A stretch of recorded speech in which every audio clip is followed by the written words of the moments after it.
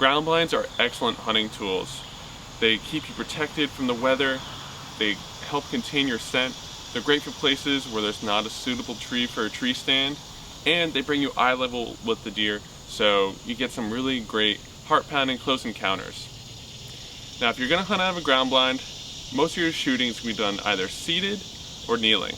Now I prefer to sit when I'm in a ground blind. It's a lot more comfortable, and choosing a stool that's comfortable for you but also lets you shoot comfortably is a big deal. For me, I usually use this one right here. It's my 3D stool. It has tubes for arrows. There's a pocket inside for water and tools and things like that. But most importantly, when I'm shooting out of it, it keeps me upright and stable, and it's also comfortable for long sits. So today I'm going to give you some tips from shooting from the seated position, and we're going to talk about some tips for setting up your ground blind and shooting from inside of there. So to start off with, you want to position your stool so that your shoulders are pointed toward your target. So if I were to sit like this and my target is this way, I'm going to have a really hard time getting proper alignment. So instead, I'm going to position my stool like this and sit here. If you're not as accurate as you would like to be when you're seated, first, make sure that your feet are firmly planted on the ground. Give a nice wide base to give you more stability. Roll your hips forward and tighten your core.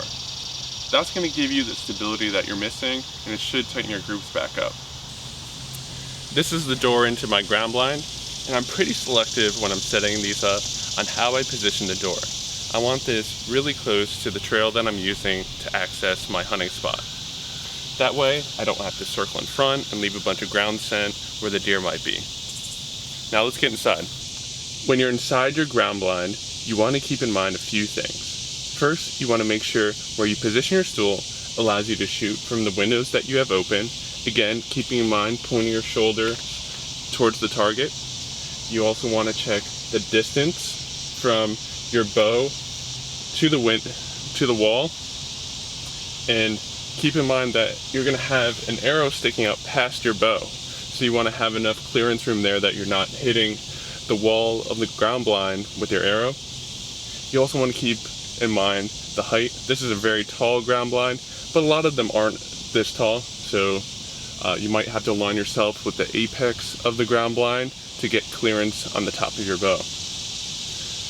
Then, once you have your seating position figured out, practice away shooting out the different windows. You'll learn a lot as you practice shooting out of your ground blind. It's something that I do every year before I set up all my blinds and stands for the year. Most of the pop-up ground blinds available today will come with this shoot-through mesh, which allows you to see out but makes it much harder for animals to see in. Without it, you can see it's pretty easy to see what's inside the ground blind. So it's a huge benefit. You can shoot right through it, obviously. I've shot through this one a few times. But a key for keeping you concealed is to only open a certain number of windows. You want everything that's behind you to be closed and as dark as possible, because if you're backlit, deer will be able to see straight into here just as if there was no mesh. One last tip for everyone: when you're setting up your ground blind in the field, make sure you stake it down. I also like to anchor mine to a tree or something like that.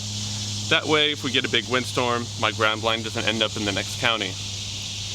Practice, practice, practice from your ground blinds. Practice from the seating position, practice from the kneeling position. You'll learn a lot that way, and you'll build the confidence that you need to make the shot.